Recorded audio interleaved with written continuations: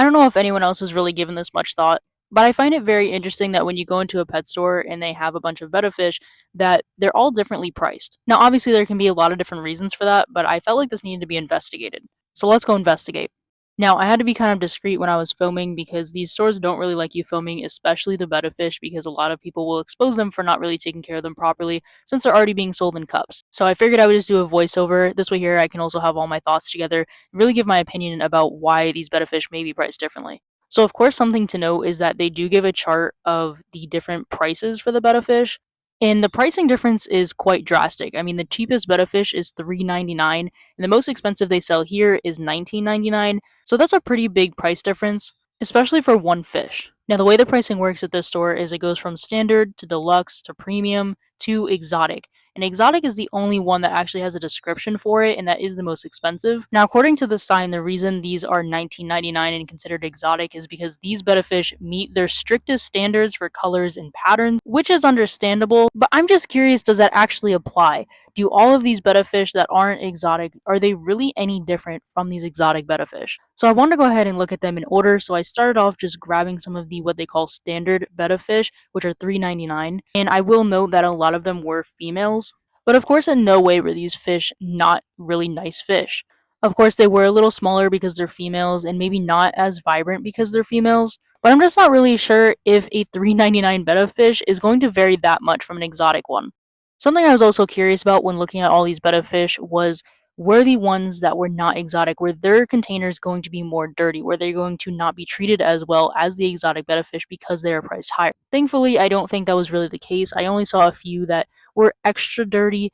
They were at different price points. They weren't all the lowest priced betta fish.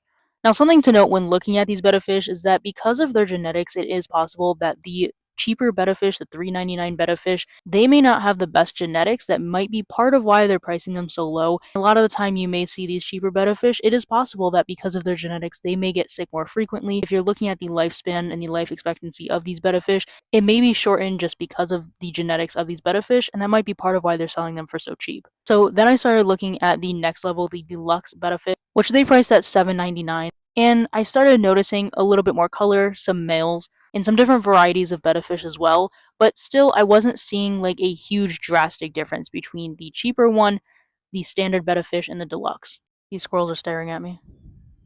So then, of course, it was time to investigate the premium betta fish, which were only $2 more than the deluxe, being $9.99. And at this point, I really was not seeing a difference between the deluxe and the premium. Now, of course, there's going to be different varieties of betta fish, and that is partially how they're pricing them. So yes, I am actually seeing some difference, but there isn't really an overall difference other than the types of betta fish that they're offering. They're still healthy fish.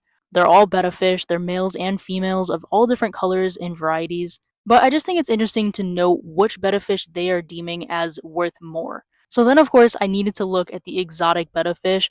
And again, these are priced at $19.99. So that is double what the premium betta fish are priced at. Something I also wanted to note was that there were a lot of the cheaper betta fish in comparison to the exotic betta fish. Most of the stock was the $3.99 betta fish, and it was kind of actually hard to find the exotic betta fish. There weren't too many to choose from, but the exotic ones were a little bit harder to find. Now, here is where I did see a little bit more of a difference because now I started to see some koi betta fish, which obviously are a little harder to get, so I can see why they're priced a little higher. But then I also saw some other betta fish in this category that weren't much different than the premium or deluxe betta fish. I forgot to mention that a lot of the time also with the cheaper betta fish, they are often baby betta fish, which usually they're being sold way underage because their immune systems just aren't caught up. They're not ready for the stress of living in a cup and being sold in a cup like that. So oftentimes the babies don't survive.